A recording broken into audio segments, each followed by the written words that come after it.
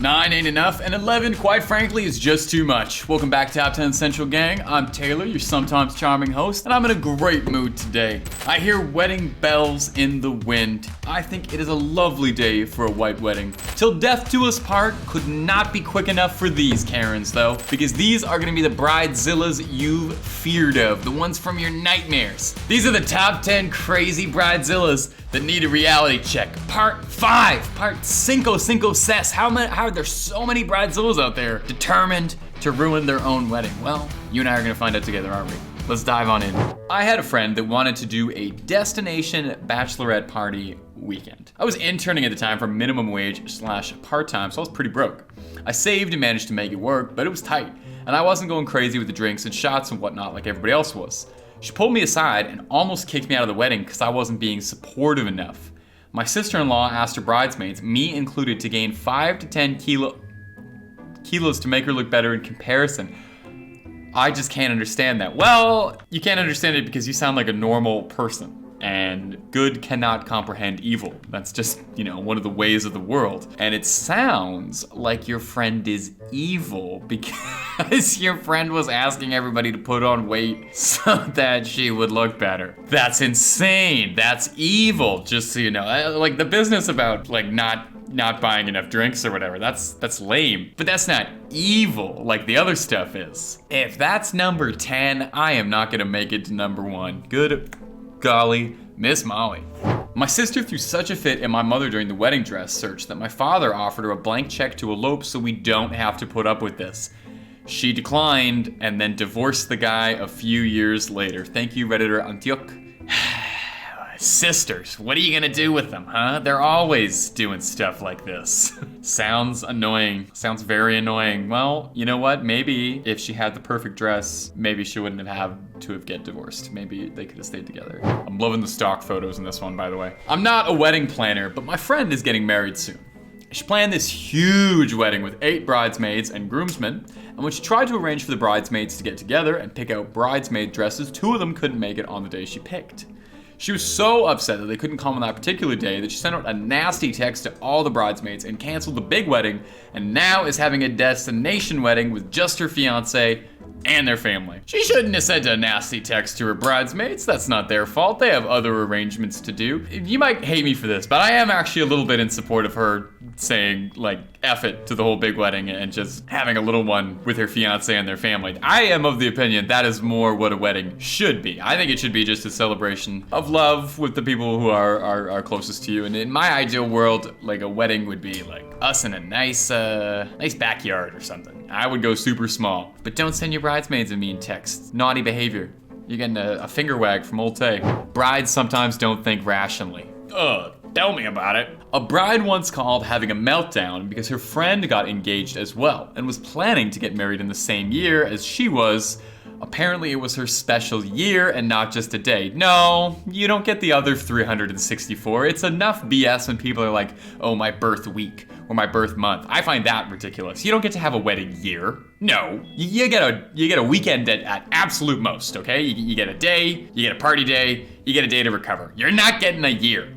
This bride's not thinking rationally. She threw a huge fit that this girl was only getting married to steal her thunder. That's why most people do it. Her friend's date wasn't even the same month or season. Hers was in October and her friend's was in June. Thank you, Redditor Silly Kitty 1990. You got some ridiculous friends, Redditor Silly Kitty. You don't get a whole year. That's preposterous. Nobody else, who else would be allowed to have the year then if you did this? She told me to send my assistant to the funeral and that I had better be at her wedding. Oh boy. Coordinator here. We had a death in the family a few days prior to the wedding. I called the bride and told her the situation and said that my assistant would be stepping in for me so that I could attend the funeral. Don't even make me read this next part. I don't even need to read it, I just don't want to. She told me to send my assistant to the funeral and that I had better be at her wedding. I told her I would be sending her a refund and that no one would be coming.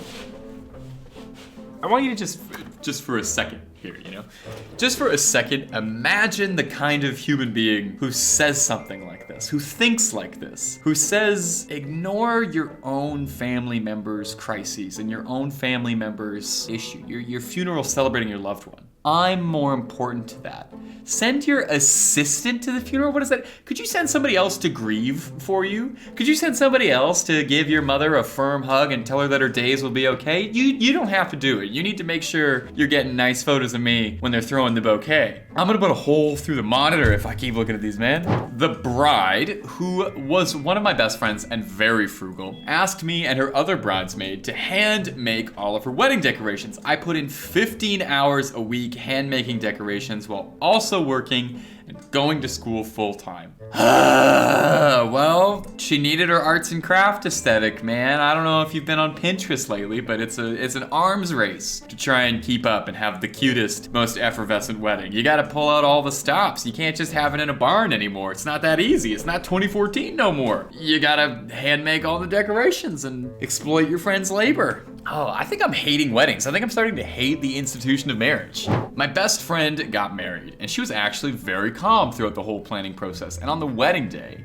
however, the day after the wedding, the Boxing Day of the wedding, she texted me and sarcastically said, "Thanks for the wedding present." I was planning to get her a present with my next paycheck. However, I was in such shock that she texted me that after I spent $800 on her dress, alterations, shoes, nails, makeup, hair, and hotel room just to be in her wedding. It felt like all she cared about was gifts. So many of these stories just makes the bride sound like a petulant, like 9-year-old who's upset that like other people are riding the pony at her birthday party, you know? It seems like a lot of people treat weddings as like a huge adult birthday party, and I just don't get it. I thought it was about love. Maybe I'm a sap.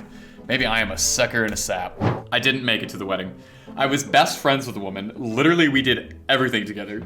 She assembled her wedding party and didn't invite me.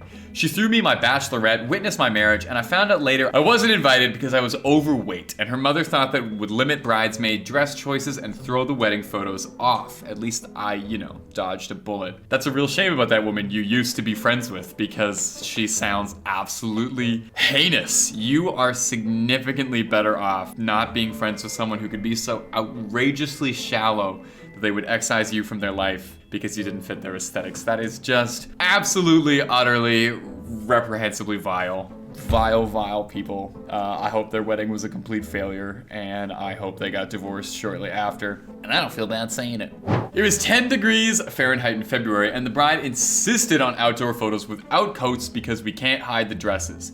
Even the photographer told her no, and she pitched a fit. Years later, she still complains about how her bridesmaids ruined her wedding. That's ridiculous, you know? I live in Canada. If I had to deal with years of trick-or-treating by ruining my Halloween costumes by putting a little winter coat over my Darth Vader or Spider-Man costume, you can put up with having a little coat over your dress. I'm sure you all still looked lovely. I'm sure the dresses were fantastic. The coats weren't taken away from it. They were just trying to keep your arms warm. All right, finally, number 1. She kicked someone out of the wedding party who couldn't make it to bridesmaids dress shopping because she was sick and had to go to the hospital. Well, fuck you for being sick. Ooh. It's your own fault. You should know better. You should keep your immune system up to strength if you're gonna be in my wedding party. We can't have someone with a weak immune system in my wedding party. Good. Cull the herd, purge the weak. I hate all of these people, man. I'm just gonna be making those noises for the rest of the day. Well, Top 10 Central Gang, thankfully that is all she wrote for the moment. I am certain I'll be seeing you here in Bridezillas Part 6 sometime next week. That's just the way of the world. It was an absolute pleasure. Go forth, go do something nice. Go be nice to the world. Bring a little love back into the world after all these Bridezillas have taken it away from me. Peace to all the children. You take it easy now, okay?